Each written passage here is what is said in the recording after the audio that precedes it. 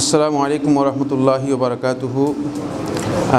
ওয়ালাইকুম আসসালাম ওরহমতুল্লাহ। সেই পবিত্র কোরআনুল কারীমের সূরা আহজাবের ইন্না আরাদনাল আমানাতা আলাস সামাওয়াতি ওয়াল আরদ এই আয়াতটি উল্লেখ করেছেন। এই আয়াতাংশের আমানত শব্দ দ্বারা কী বোঝানো হয়েছে, আর শেষের দুটি শব্দ যালুমান জাহুলা দ্বারা কী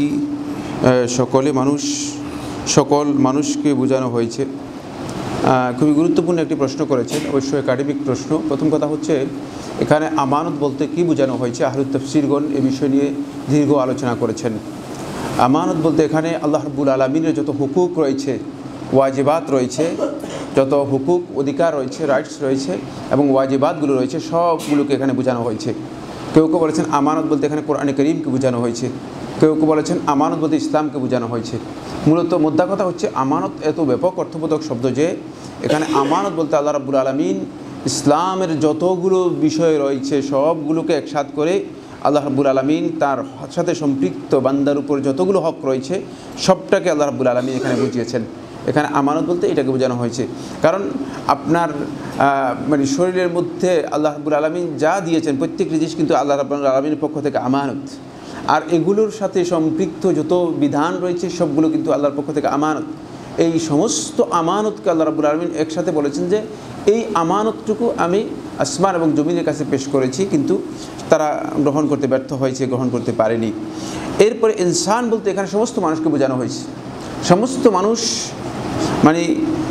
জালুম জাহুল। জালুম হচ্ছে এদিক থেকে যে সে আল্লাহ রাব্বুল আলামিনের আমানত রক্ষণাবেক্ষণের ক্ষেত্রে তার এতটুকু উপলব্ধি নেই যে এটাকে সে রক্ষা করতে পারবে কি না। এজন্য প্রকৃতিগত দিক থেকেই তারা জালুম, তারা হচ্ছে মূলত জালুম বা অত্যাচারী। নিজের উপর বুঝতে পারেনি যে এত বিশাল কাজ নিজে আঞ্জাম দিতে পারবে। জাহুল এই জন্য বলা হয়েছে, এটাও সৃষ্টিগতভাবে তারা জাহেল, কারণ তো পরিণতি সম্পর্কে কিছুই জানে না। যদি জানতো যে এই পরিণতি এই আমানত বহন করার পরে হবে, তাহলে কিন্তু এই আমানত মানুষ বহন করতে পারতো না। এজন্য মানুষ সৃষ্টিগতভাবে মানুষের দুইটি প্রকৃতির কথা আল্লাহ সুবহানাহু ওয়া তাআলা এই আয়াতের মধ্যে তুলে ধরেছেন।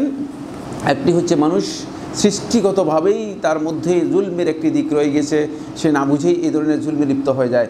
সৃষ্টিগতভাবেই মানুষের মধ্যে জাহালের দিক রয়ে গেছে, তা না বুঝেই জাহালের মধ্যে এসে যায়। কিন্তু যখন ইসলাম তার মধ্যে আসবে তখন এই দুটি জিনিস দূর হয়ে যাবে। কথা বুঝতে পেরেছেন? তখন জাহালত, মূর্খতাও দূর হবে এবং জুলমও দূর হবে ইসলামের মাধ্যমে। এই আমানত যত বেশি রক্ষা করতে পারবে তত বেশি এই দুটি বিষয় তার কাছ থেকে দূর হবে। এইটি বোঝানোর জন্য আল্লাহ সুবহানাহু ওয়া তাআলা এভাবে তাফসীরের মধ্যে, কোরআনে কারীমের মধ্যে বান্দাদেরকে এভাবে উল্লেখ করেছেন। এক ব্যক্তি দেশের বাহিরে মদের দোকান দিয়েছেন। তিনি দেশে আসার পর সঠিক বুঝ পেয়েছেন, তা ছেড়ে দেওয়ার সিদ্ধান্ত নিয়েছেন। এখন দোকানে রক্ষিত মদগুলো বিক্রি করে মূল টাকা ফেরত আনা সঠিক হবে কি না। তিনি দোকানের যে মদগুলো আছে সেগুলো মদ বিক্রি করে মূল টাকা ফেরত আনবেন না, বরং তিনি ছেড়ে দিবেন। এগুলো আল্লাহ রাব্বুল আলামিনের জন্য যদি আল্লাহর বান্দা কোনো কিছু ছেড়ে দেয়, আউয়াদাহুল্লাহু খায়রাম মিনহু, রাসূলুল্লাহ সাল্লাল্লাহু আলাইহি ওয়াসাল্লাম হাদিসের মধ্যে বলেন, আল্লাহ রাব্বুল আলামিন তাকে এর চেয়ে উত্তম কিছু আল্লাহ রাব্বুল আলামিন দিয়ে দিবেন। আল্লাহ রাব্বুল আলামিনের চেয়ে উত্তম কিছু দিয়ে দিবেন। কারণ আপনি এই হারাম আপনার কাছে ইনক্লুড হবে, আপনার কাছে হারাম সংযুক্ত হবে, আর তখন আপনি ঈমানের কারণে, ইসলামের কারণে নিজের মানসিক একটা প্রহসনের মধ্যে থাকবেন যে আমি তো আসলে হারাম টাকা অর্জন করেছি এবং হারামের সাথে ছিলাম। আমি যখন বুঝতে পেরেছি তখনও আমি হারাম কিছু আমার মধ্যে প্রবেশ করে গিয়েছে। সুতরাং হারামকে পরিপূর্ণরূপে বর্জন করুন, দেখবেন তো আল্লাহ সুবহানাহু ওয়া তাআলা আপনাকে সর্বোত্তম প্রতিদান দিবেন এর জন্য। আসসালামু আলাইকুম শেখ। ওয়ালাইকুম আসসালাম রহমতুল্লাহ। পিতামাতা ছেলে মেয়ের উপর জুলুম করলে তাদের কি করণীয় এবং ওই পিতামাতার কি হবে? পিতামাতা যদি ছেলের অথবা মেয়ের উপর জুলুম করে থাকেন, সেক্ষেত্রে সন্তানদের ওয়াজিব হচ্ছে পিতামাতার সাথে সদ্ব্যবহার করবে, দুর্ব্যবহার করবে না। জুলুমের বিপরীতে জুলুম হালাল হয়ে যাবে বা দুর্ব্যবহার হালাল হয়ে যাবে কোনো দিন না। ওয়াসাহিবহুমা ফিদ দুনিয়া মারুফা, দুনিয়াতে তাদের সাথে আপনি আচরণ করতে হলেই আপনি সঙ্গত, বৈধ, সুন্দর আচরণ করবেন। এটি হচ্ছে ইসলামের বিধান। সুতরাং আপনার এই পিতা, আপনার এই মা, আপনার এই পিতার সম্মান থেকে যাবে, মায়ের সম্মান থেকে যাবে, কিন্তু তাদেরকে বোঝানোর জন্য চেষ্টা করবেন অত্যন্ত নম্রভাবে বিনম্রভাবে যে আপনাদের যে কাজটুকু হচ্ছে এই কাজটি জুলম, অন্যায়, আপনারা অন্যায় করতেছেন, এটা বোঝানোর জন্য চেষ্টা করবেন। এবং সঙ্গত কারণ যদি তারা বুঝতে না চায় তাহলে আপনি চেষ্টা করবেন মানে তাদের কাছ থেকে যথাসম্ভব নিজেকে দূরত্বে রাখা, চেষ্টা করবেন যথাসম্ভব নিজেকে দূরত্বে রাখা। কিন্তু কোনোভাবেই পিতামাতার সাথে দুর্ব্যবহার করা জায়েজ হবে না বা তাদের উপর জুলুম করা জায়েজ হবে না। এবং তাদের হক যেটা রয়েছে আপনার জন্য সে হক আপনি আদায় করে দেবেন। কোনো মুসলিম ভাইকে অন্ধ রাগের বশে, কোনো মুসলিম ভাইকে অন্ধ রাগের বশে মুনাফিক, কাজ্জাব, জিন্দিক বলা যাবে কি? যদি কেউ বলে থাকে এবং পরিণতি কি হবে? না, আপনি মানে রাগ হয়ে একজনকে কাফের বলে দেবেন, জিন্দিক বলে দিবেন, মুনাফিক বলে দিবেন না, এই কাজটি হারাম, জায়েজ নেই। এত রাগ হওয়ার কোনো সুযোগ নেই।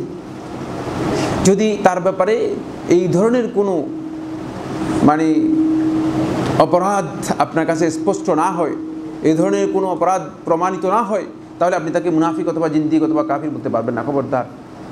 আর কুফরি বলার কোন তাকফিরের মাসআলা মোটেও জায়েজ নেই। মানে একজন ব্যক্তিকে আমরা দেখা যায় যে ছোট্ট মাসআলা নিয়ে কাফির বানিয়ে দিচ্ছি, ইসলাম থেকে বের করে দিচ্ছি, এই কাজটি জায়েজ নেই।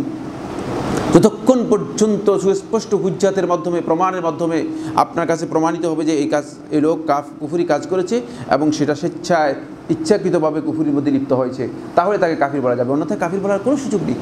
তাই রাগ হয়ে মানে কঠিন এগুলো করবেন না, এটি কোনোভাবে জায়েজ নেই। যদি কোনো কারণে এই ধরনের ভুল কারো হয়ে যায়, তিনি সাথে সাথে আল্লাহ রাব্বুল আলামিনের কাছে ক্ষমা চাইবেন এবং ওই ব্যক্তির কাছেও ক্ষমা চাইবেন, কারণ এর হকের সাথে জড়িত। কথা কি বুঝতে পেরেছেন কিনা? তার হকের সাথে জড়িত হওয়ার কারণে তার কাছেও ক্ষমা চাইবেন। যদি কেউ বলে থাকে তাহলে তার পরিণতি কী হবে? যদি কেউ অন্যায়ভাবে বলে থাকেন তাহলে তিনি অবশ্যই কবিরা গুনাহ করেছেন, এর জন্য আল্লাহ রাব্বুল আলামিনের কাছে তাকে তওবা করতে হবে এবং এই কাজটি তার জন্য কোনোভাবেই বৈধ নয়। এক ভাইয়ের কাছে সুদের অনেক টাকা আছে, উনি জানতে চাচ্ছে এই টাকা উনি গরিব মানুষের চিকিৎসার জন্য ব্যয় করতে পারবে কি? গরিব ব্যক্তিকে চিকিৎসার জন্য ব্যয় করতে পারবেন, কোনো অসুবিধা নেই। অভাবী ব্যক্তি, গরিব ব্যক্তি, তার মানে চিকিৎসার ক্ষেত্রে আপনি ব্যয় করতে, বা মসজিদ মাদ্রাসা দিতে পারবে কি? না, মসজিদ মাদ্রাসা দিবেন না। মসজিদ মাদ্রাসা ভালো কাজের জন্য মানে অন্যান্য যে সমস্ত কল্যাণমূলক কাজ রয়েছে সেগুলোর মধ্যে ব্যয় করতে পারবেন। মসজিদ এবং মাদ্রাসার মধ্যে হারাম মাল যথাসম্ভব চেষ্টা করা, এটা এড়িয়ে যাওয়ার জন্য।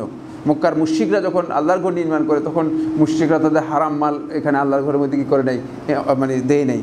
সুতরাং মানে মসজিদ মাদ্রাসা এগুলো দিন প্রতিষ্ঠানগুলোতে না দেওয়াটাই হচ্ছে উত্তম। সুদের টাকা কোথায় কোথায় ব্যয় করতে পারে? যত কল্যাণের কাজ রয়েছে সেগুলোতে ব্যয় করতে পারেন। রাস্তা তৈরি করার জন্য হতে পারে, টয়লেট তৈরি করার জন্য, পাবলিক টয়লেট তৈরি করার জন্য হতে পারে, তারপরে এটা সরাইখানা অথবা মুসাফিরখানা তৈরি করার জন্য হতে পারে, গরিবদের ঘর বানানোর জন্য হতে পারে, গরিবদের যে কোনো কাজে ব্যবহার করতে পারবেন।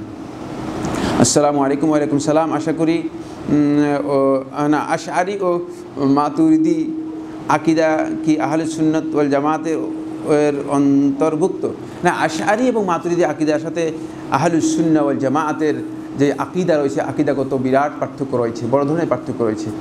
এটি আপনি যে মানে মাসালাটি মানে প্রশ্ন করেছেন, এটা একটা 10 দিনের আলোচনা, কথা বুঝতে পেরেছেন কিনা?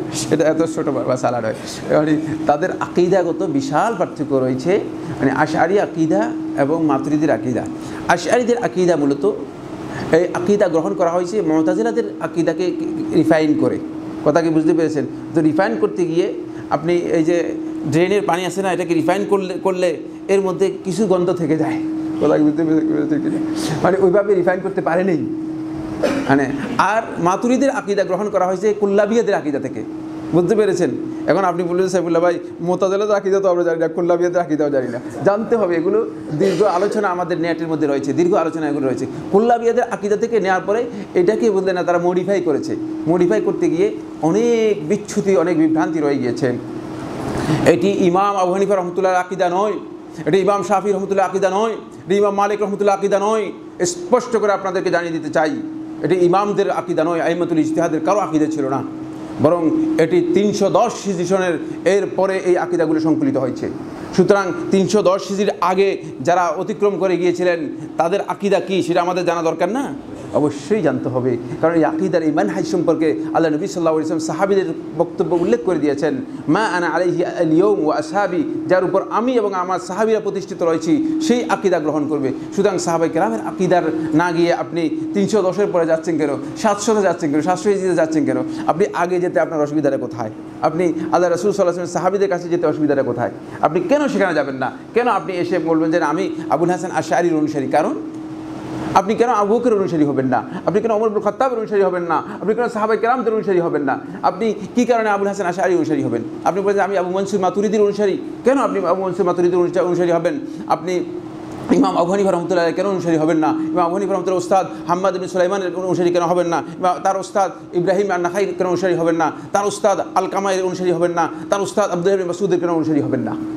কেন হবেন না? সুতরাং এখান থেকে বোঝা যাচ্ছে মূলত এর মধ্যে কিছু কি রয়ে গেছে, মানে দাল মে কুছ কাল হয়, এর মধ্যে কিছু সমস্যা রয়ে গিয়েছে।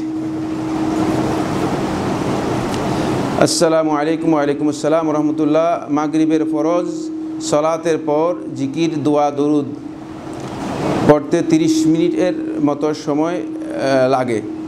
আমি এর পর সুন্নত পড়লে কি সঠিক হবে? কোনো সন্দেহ নেই। যদি আজকারগুলো আদায় করতে 30-40 মিনিট লাগে, তারপর আপনি সুন্নত পড়তে পারবেন, কোনো অসুবিধা নেই। আজকারগুলো সুন্নত, যেটা মানে সুন্নত যেটা, এটা যেমন সুন্নত, ঠিক রাসূলুল্লাহ সাল্লাল্লাহু আলাইহি ওয়াসাল্লাম যে আজকারগুলো শিক্ষা দিয়েছেন এগুলো কি হুবহু তেমন সুন্নত। সুতরাং এই সুন্নত বাদ দিয়ে ওই সুন্নতের কোনো অবকাশ নেই। নবী সাল্লাল্লাহু আলাইহি ওয়াসাল্লাম ফরজ সালাতের পরে এই আজকারগুলো পড়তে বলেছেন। সুন্নাহ হচ্ছে এই আজকারগুলো পড়া। আমরা মানে নবী সাল্লাল্লাহু আলাইহি ওয়াসাল্লামের নির্দেশনা না জানার কারণে মূলত আমরা মানে বিভিন্নভাবে মানে একের ভিতর দুই ঢুকে দিয়েছি, একের ভিতর অনেক ঢুকিয়ে দিয়েছি। বুঝতে পেরেছেন কিনা? নবী সাল্লাল্লাহু আলাইহি ওয়াসাল্লাম প্রত্যেকটা জিনিসকে নির্দিষ্ট করে দিয়েছেন, প্রত্যেকটা সময়কে নির্দিষ্ট করে, যে কোন সময় কোন ইবাদত করবেন, কোন সময় কোন কোন জিকির করবেন, এগুলো নবী সাল্লাল্লাহু আলাইহি ওয়াসাল্লাম দেখিয়ে দিয়েছেন। ফরজ সালাতের পরে যে জিকিরের কথা বলেছেন, দেখেন আপনি ফরজ সালাতের পরে যদি কেউ আয়াতুল কুরসি পড়ে, নবী সাল্লাল্লাহু আলাইহি ওয়াসাল্লাম বলেছেন জান্নাতে যাওয়ার মাঝে আর তার মাঝে মৃত্যু ছাড়া আর কিছু নেই, প্রতিবন্ধক হবে না। সুবহানাল্লাহ। অথচ মানে আয়াতুল কুরসি মানে পড়ার কোনো সুযোগ নেই, আপনি দাঁড়িয়ে যাচ্ছেন সুন্নত পড়ার জন্য। আপনি কি নবী সাল্লাল্লাহু আলাইহি ওয়াসাল্লাম থেকে বেশি জ্ঞান রাখেন? কিসের ভিত্তিতে আপনি এই কাজটা করতেছেন? আপনার কাজের মধ্যে, আমাদের কাজের মধ্যে ভুল রয়েছে। নবী সাল্লাল্লাহু আলাইহি ওয়াসাল্লাম দেখানো তরিকার আমরা অনুসরণ না করার কারণে আমরা উল্টা কাজগুলো করে যাচ্ছি। এজন্য এক্ষেত্রে আমাদেরকে নবী সাল্লাল্লাহু আলাইহি ওয়াসাল্লামের হিদায়াত যেটি রয়েছে সেটা আমাদেরকে জানতে হবে, মানতে হবে। আসসালামু আলাইকুম। ওয়ালাইকুম সালাম। শেখ, যে দেশে ইসলামী শাসন ব্যবস্থা নেই সে দেশের আইন মানার বাধ্যবাধকতা আছে কিনা? ইসলামী শাসন না থাকুক, একেবারেই কাফির দেশ, আমেরিকার কথা বলেন, ব্রিটেন বলেন, ওই রাষ্ট্রের নাগরিক যদি হন, রাষ্ট্রের আইন মানে ল অফ ল্যান্ড আপনার জন্য মেনে নেওয়া অপরিহার্য, এটি বাধ্যতামূলক। কথা কি বুঝতে পেরেছেন? নাহলে আপনি রাস্তায় যদি যান, গাড়িগুলো সবগুলো চলতেছে কোন দিকে? বাম দিকে, আর আপনি ডান দিকে গাড়ি চালায় চলে আসলেন, আপনার অবস্থাটা কী হবে? অবস্থা হচ্ছে জীবন শেষ, জীবন নাশ হয়ে যাবে। বুঝতে পেরেছেন কিনা? ঠিক আপনারও একই দশা হবে। কোনো দেশের বসবাসকারী ব্যক্তি ওই দেশের, সেটা কাফির দেশ হোক, ওই দেশের আইন মানতে সে বাধ্য। ওই দেশের টাকা আপনাকে গ্রহণ করতে হবে। কথা বুঝতে পেরেছেন? আপনি ওই দেশের টাকা বাদ দিয়ে যদি আপনি নিজে টাকা আবিষ্কার করে বলেন যে নেন, কেউ দুনিয়ার কেউ আপনাকে দেবে কিনা? বলে এই পাগল, জেলখানায় নিয়ে যাও, পাগলাগারও দিয়ে যাও। কথা বুঝতে পেরেছেন? এখানে আইন অবশ্যই মানতে হবে, কিন্তু যদি ইসলামের কোনো নির্দেশনার সরাসরি বিপরীত কোনো বিষয় বিধান আপনাকে বাধ্য করে, তাহলে আপনি সেটি মানতে বাধ্য নন। কথা বুঝতে পেরেছেন? কিন্তু ল অফ ল্যান্ডের মধ্যে ইসলামের নির্দেশনার বাইরে কোনো কিছুই নেই, কোনো কিছুই নেই। হতে পারে জুডিশিয়াল যে সমস্ত ল রয়েছে সেগুলোর মধ্যে দুই একটা মাসআলার মধ্যে দুই একটা বিষয় বিতর্ক রয়েছে। মানে আপনি ট্রাফিক আইনের মধ্যে ইসলামের বিরোধী কী পাবেন? কিছুই নেই, একটা শব্দও নেই। ট্রাফিক আইনের মধ্যে ইসলাম বিরোধী কিছুই নেই। মানে পারিবারিক আইনের মধ্যে দুইটি ল মানে মিসগাইডেড হয়েছে, বিভ্রান্তি রয়েছে, যেগুলো পরবর্তী সময় মানে বিভিন্নভাবে সংশোধন করা হয়েছে। বাকিগুলো সবগুলি পারিবারিক আইন, ইসলামী আইন অনুযায়ী মূলত ঢেলে সাজানো হয়েছে।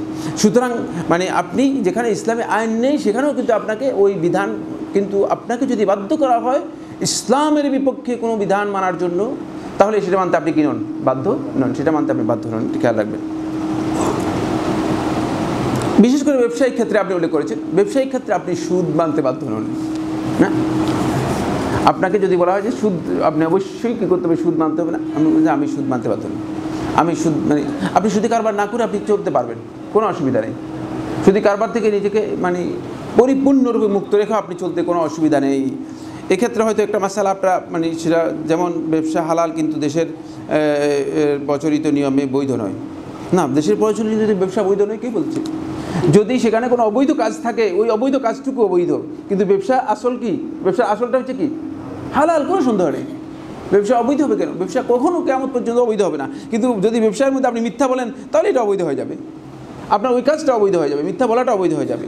কিন্তু ব্যবসা হালাল, এটা কিয়ামত পর্যন্ত হালাল থেকে যাবে। আসসালামু আলাইকুম। যেহেতু দূরবর্তী মসজিদে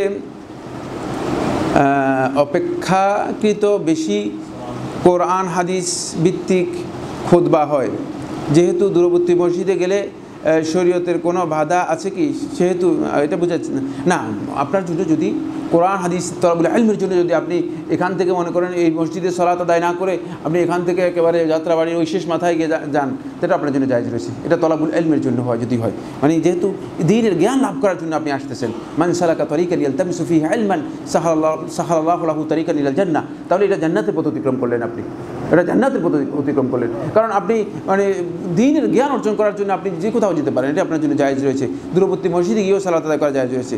কিন্তু মানে আপনার যে সমস্ত 5 ওয়াক্ত সালাত রয়েছে এগুলোর ক্ষেত্রে আহমদ ইবনে হাম্বল রাহিমাহুল্লাহ তাআলা বলেছেন যে উত্তম হচ্ছে আপনি মানে পাশের মসজিদে সালাত আদায় করবেন। এই উত্তমের কারণ কি? কারণ আছে। কারণ হচ্ছে সেটা হলো এই, যাতে করে আশেপাশের লোকগুলো আপনাকে জানতে পারে, আপনার সম্পর্কে বুঝতে পারে এবং মানুষ উদ্বুদ্ধ হতে পারে। কথা কি বুঝতে পেরেছেন? মানুষ পরবর্তী সময় আপনার সম্পর্কে হয়তো মনে করবে যে আরে এই লোক তো কোনো সময় নামাজই পড়ে না। মসজিদে যখন আপনাকে দেখবে না 1 বছর পর্যন্ত, তাহলে বলছে এই লোক নামাজ পড়ে না। বুঝতে পেরেছেন? তখন আপনার প্রতি তাদের কনফিডেন্স থাকবে না, ইসলাম সম্পর্কে কোনো বক্তব্য দিলে তারা গ্রহণ করবে না, দাওয়াতি কাজ করলে সে গ্রহণ করবে না। বুঝতে পেরেছেন কিনা? এই জন্য মানে পার্শ্ববর্তী লোকদের সাথে আপনার সম্পর্ক তৈরি হবে না, মানে সুসম্পর্ক তৈরি হবে না, মানে সম্পর্কে ঘাটতি হবে। এই কারণে মূলত পাশের মসজিদে সালাত আদায় করার বিষয়টিকে উত্তম বলা হয়েছে। জুমার সময় প্রচণ্ড বৃষ্টি হলে জুমা আসর জমা করা না, জুমার সালাতে জমা প্রচণ্ড বৃষ্টি হলে জুমা এবং আসর একসাথ করা জায়েজ নেই।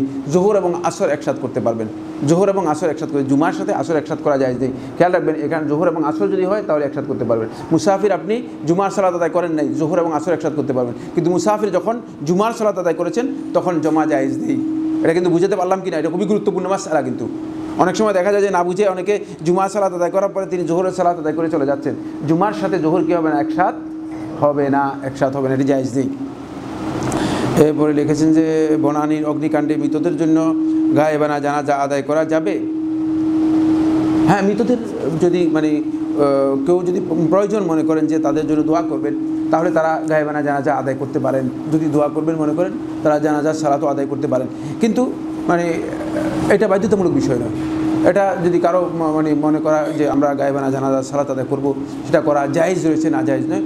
উত্তম হচ্ছে সেটা হলো তাদের জানাজা মানে আদায় হলে গায়েবানা জানাজা না আদায় না করা। কারণ তাদের তো অনেকেরই জানাজা হয়েছে, মানে জানাজা এবং দাফন সবটাই সম্পন্ন হয়েছে ইসলামী তরিকা অনুযায়ী। সুতরাং জানাজা যদি না হয়ে থাকে তাহলে গায়েবানা জানাজা করা জায়েজ রয়েছে।